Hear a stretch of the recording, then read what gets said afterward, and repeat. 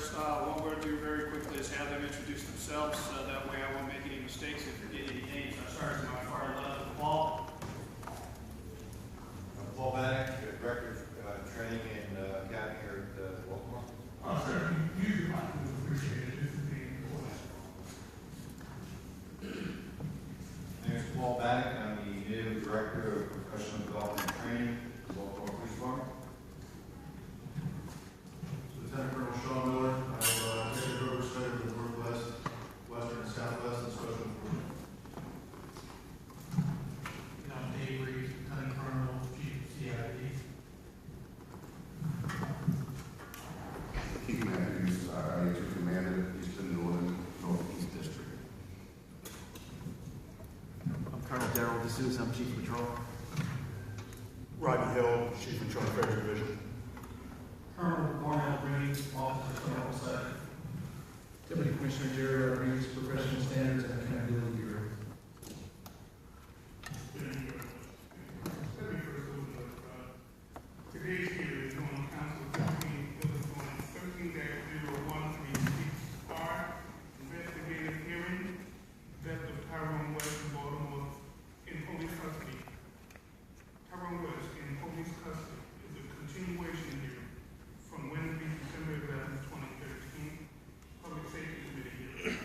At that time, the committee witnessed multiple testimony of the family and friends of Mr. West, as well as the testimony of many others who needed to respect in terms of police and citizens interactions.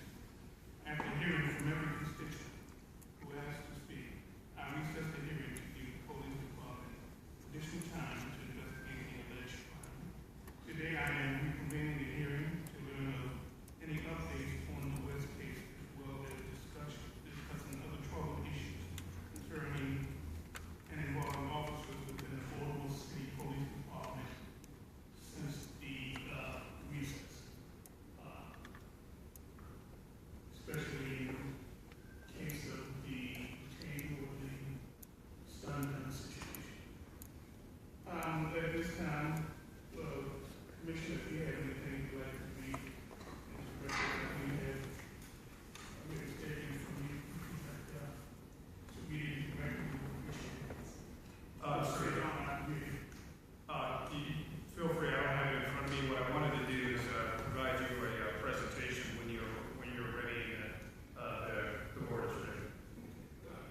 What I have in front of me is the Honorable President and members of the Baltimore City Council. Attention, Colonel Randall, Executive Secretary, City Council Bill number 13-036R, resolution, investigative hearing death of Tyrone West in police custody. Dear Council President Young and members of the City Council, the Baltimore City Police Department was requested by City Council Bill number 13-0136R, resolution, investigative hearing death of Tyrone West in the Police Safety Committee on December 11, 2013, to address the issues raised in the resolution. Today, the issues in the resolution are moot and were discussed at the hearing on December 11, 2013. Baltimore Police Department has been requested by Councilman Warren Branch, Chair of the Public Safety Committee, to appear before the committee on June 25th, 2014 at 5 p.m. Members of the Baltimore Police Department will be presented at the hearing schedule, will be present at the hearing schedule. City Council Bill number 13-0136R to provide public testimony and answer any questions from the Public Safety Committee. Commissioner, Chief of Staff. You might speak at this time, Commissioner. Yes, sir. Thank you for the opportunity. What I wanted to do, and I think this is a great opportunity to educate the community. Many times there's misinformation that gets out, not only to different forms of media, but I think it's very clear that what we've done in the 20 months that I've been here has catapulted this organization forward in a very positive way. And we'd like to share exactly what's happening, covering not in specificity dealing with cases that are open by state law. We do not have the ability or the right to talk about cases that are open involving police officers. However, we will give you as much information as we possibly can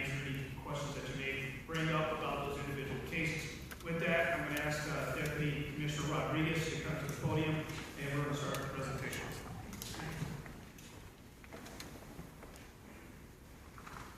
Mr. Chair, Councilmember, and community, thank you for this opportunity.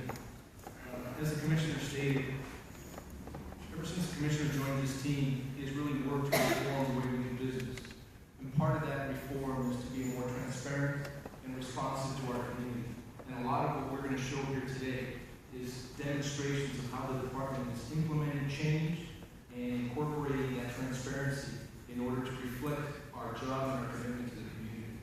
With that, Colonel Green will be going through this presentation, which will cover the topics that you just mentioned, in addition to internal affairs and some of the changes that we're doing there as well. I also, before I bring Colonel Green to work very hard, I'd like to also acknowledge the members of the staff who have worked tirelessly in order to provide this presentation for you today. So I thank, on behalf of the Commissioner, their hard work.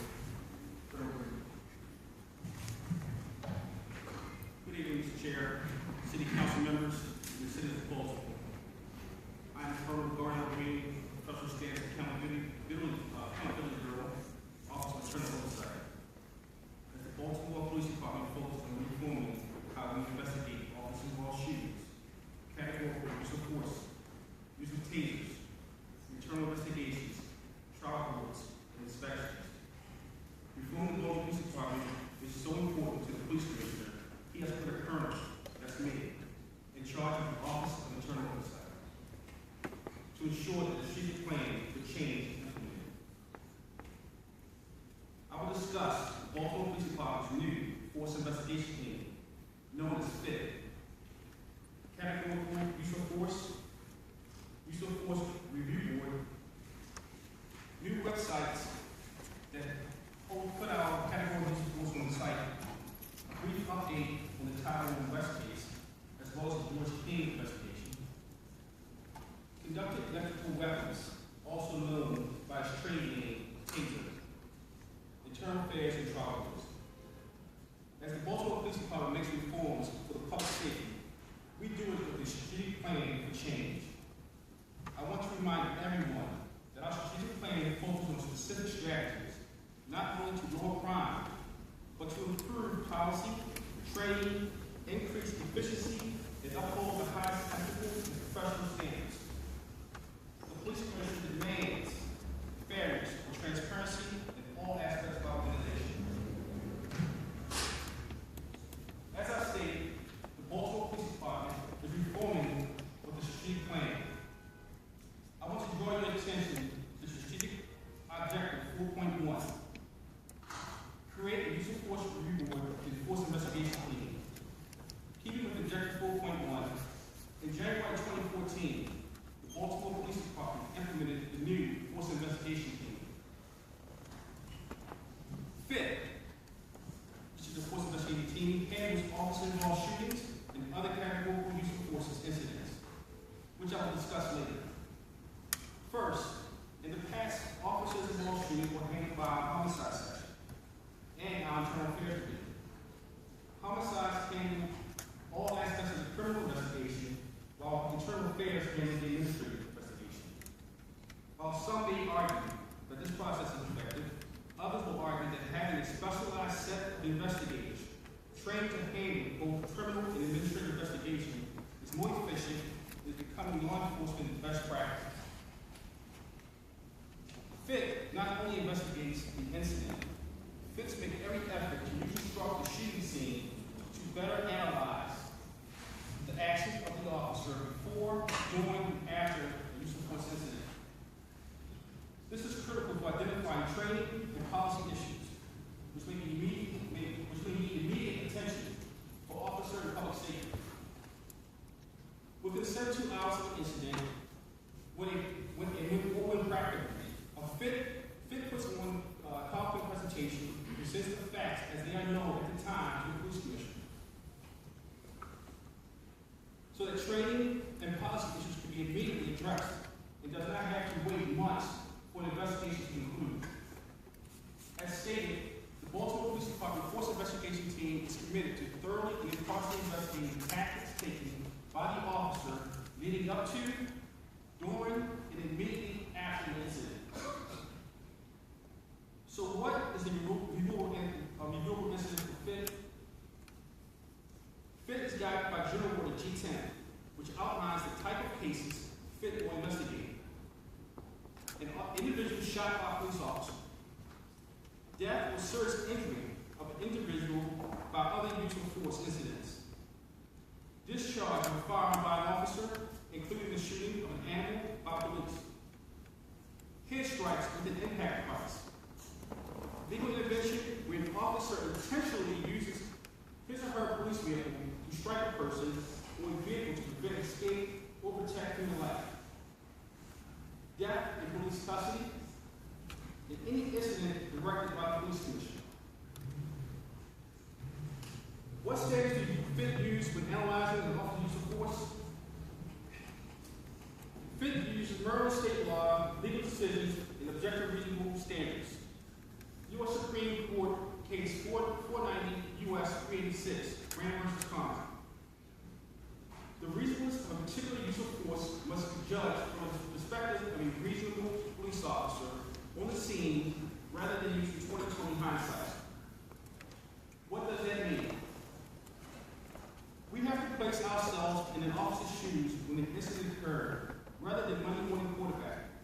We have to ask, how would a reasonable officer, knowing the same information and placed in the same situation, would have handled that incident? You may ask yourself, how do you define reasonableness? Reasonableness is not capable of a precise definition or mechanical application.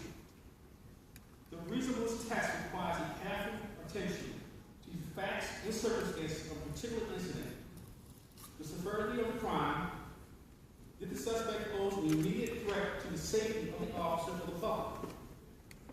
Did the suspect actively resist arrest or attempt to evade arrest by flight? Once the criminal investigation is concluded, the Office of Internal Oversight, once it's concluded, we turn the case over to the District Attorney's Office, who reviews the case and makes a decision whether or not to file criminal charges against the officer.